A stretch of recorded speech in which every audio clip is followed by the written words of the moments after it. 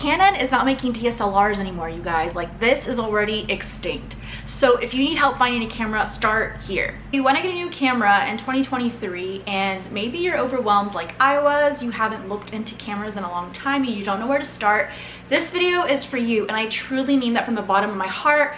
I did all the research and I'm coming here to tell you guys a simple, easy way to just discover your next camera and it not be overwhelming. One of the things I like to look at with cameras is when did it come out? This came out in May of 2009. So I have been using this camera exclusively this whole year. So for about 4 months after I found it in my closet from all these moves all these years, and I decided to pick it up and use it, only to realize that it was just so out of date. This came out in 2009. It's 14 years old. And I did my best. I gave it my best shot, no pun intended, because I did not want to spend a lot of money up front. I didn't even know what kind of camera I wanted, let alone just go out and buy something.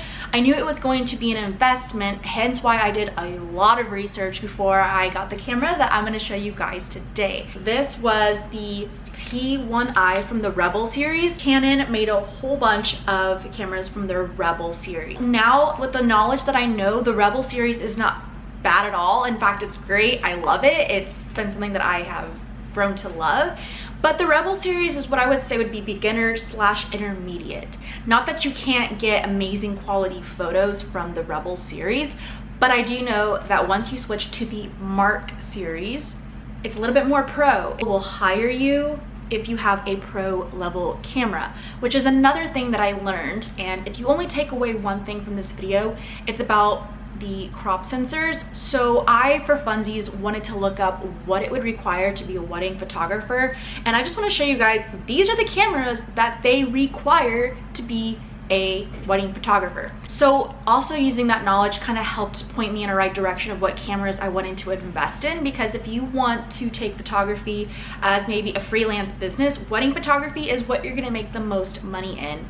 Traditionally, of course, that's something that has a big ticket price on it, and that is something that one day maybe I want to dabble in, but even if I don't, I wanted to make sure I had that option available. That is my next thing that I started to realize is I needed to get a full frame or mirrorless camera. I'm not going to talk about mirrorless today because that is a whole beast in itself, and honestly it's just too much to get into right now. This video is supposed to be short and sweet. So in addition to finding out what year your camera came out, is it full frame or crop, and does that matter to you? A lot of the more affordable cameras are crop censored. So if you don't really care about going pro one day, or you don't really care about any of that stuff in general, this is just a fun hobby, the Rebel series is your best friend. If you want to get the newest, bestest Rebel series camera, get the T8i.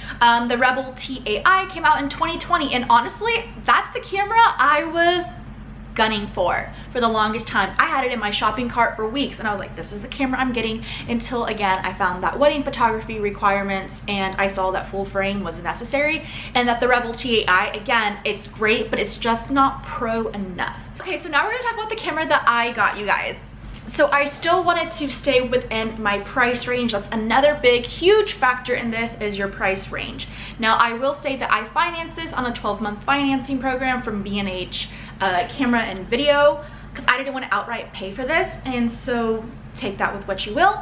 But I also didn't want to spend $5,000 or $2,000. Really, $2,000 was like my maximum. I'm going to show you guys the camera I got. I got the Canon 6D Mark II body only. It did not come with the lens. And so again, you might be like, well, what am I gonna do with the camera body? Well, that's my next thing. Let's just get right into it. I got this bad boy right here.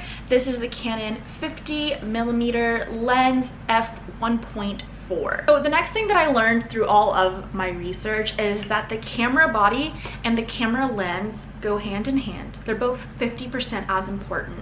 And what I mean by that is, okay, so you just bought your camera and it comes with this default stock lens, which is the 18 to 55 millimeter. Literally this, just take it off and just chuck it. It's the most basic standard lens you can possibly get.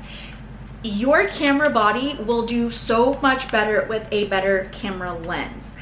that's a whole other topic in itself, is camera and lenses. I did all the research on that. I'm gonna make a separate video in like where to start on 35, 50, 85, prime lenses, zoom lenses. There's so much to get into, but just to keep us on track, I recommend that you just buy the camera body, because the stock lens that it comes with, they include that in the price, and it's not worth it. You're paying more for just a lens that is standard and very basic. You guys, this is full frame. This would give me a check mark as a wedding photographer. This is included on that list. So again, I wanted to keep that in mind, and this would be the most affordable full frame Mark series from Canon, because again, they're not making DSLRs anymore. It was like this bad boy and then the Mark 5 series.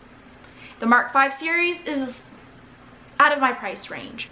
All right, you guys, so now we're in action.